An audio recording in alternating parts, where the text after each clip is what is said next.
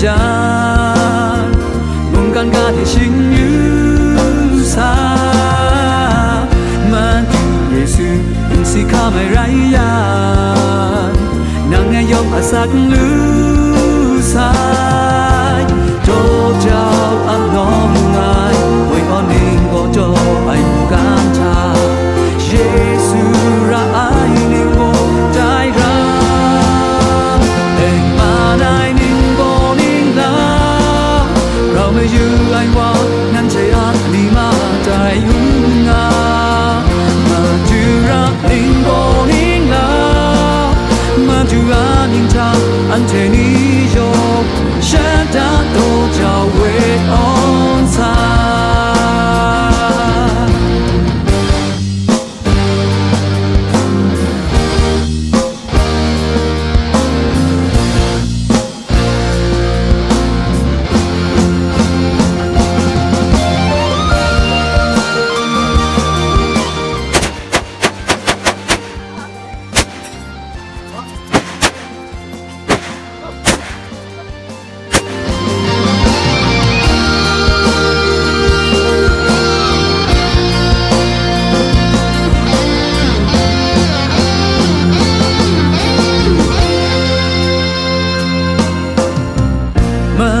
Giêsu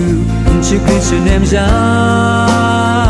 cùng can ca để xin như xa mà tu Giêsu chỉ kha mai rai ya đang ngay yom mà sắc lư sai cho chào ấp nong ngai vì on ninh có cho anh can cha Giêsu ra ai ninh vô trái ra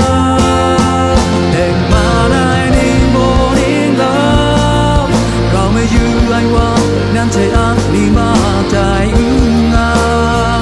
mà chưa ra đình vô đình la mà chưa ăn những cha ăn chạy đi vô sẽ đã tô chào quê on xa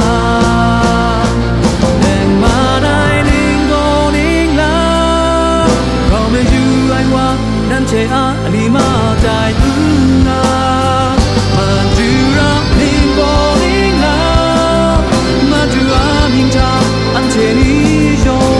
sẽ đã tô chào quê on xa sẽ đã tô chào quê on xa.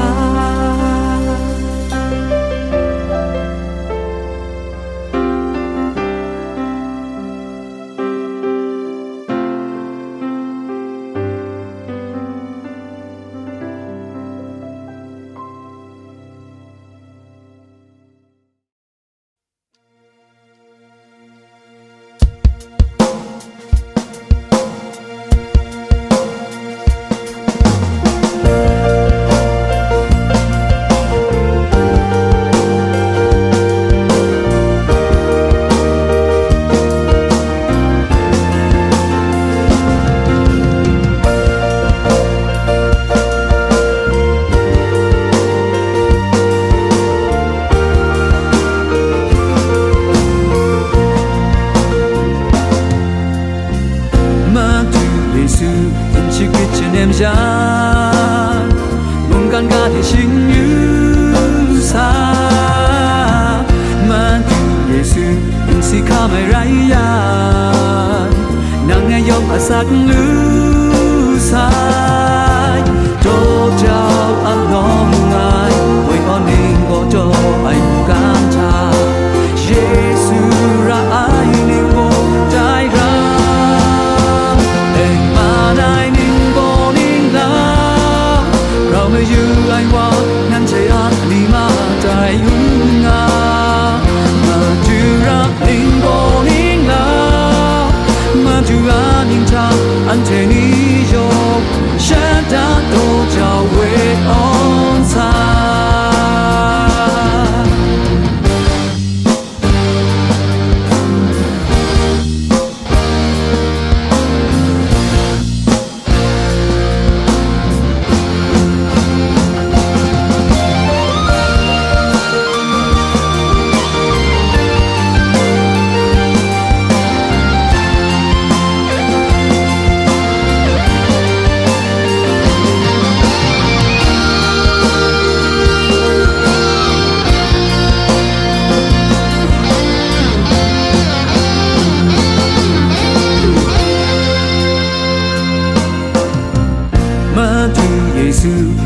biết sự em ra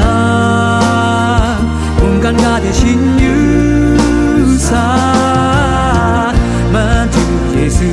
si kha mai raya nang ayo masak lu sa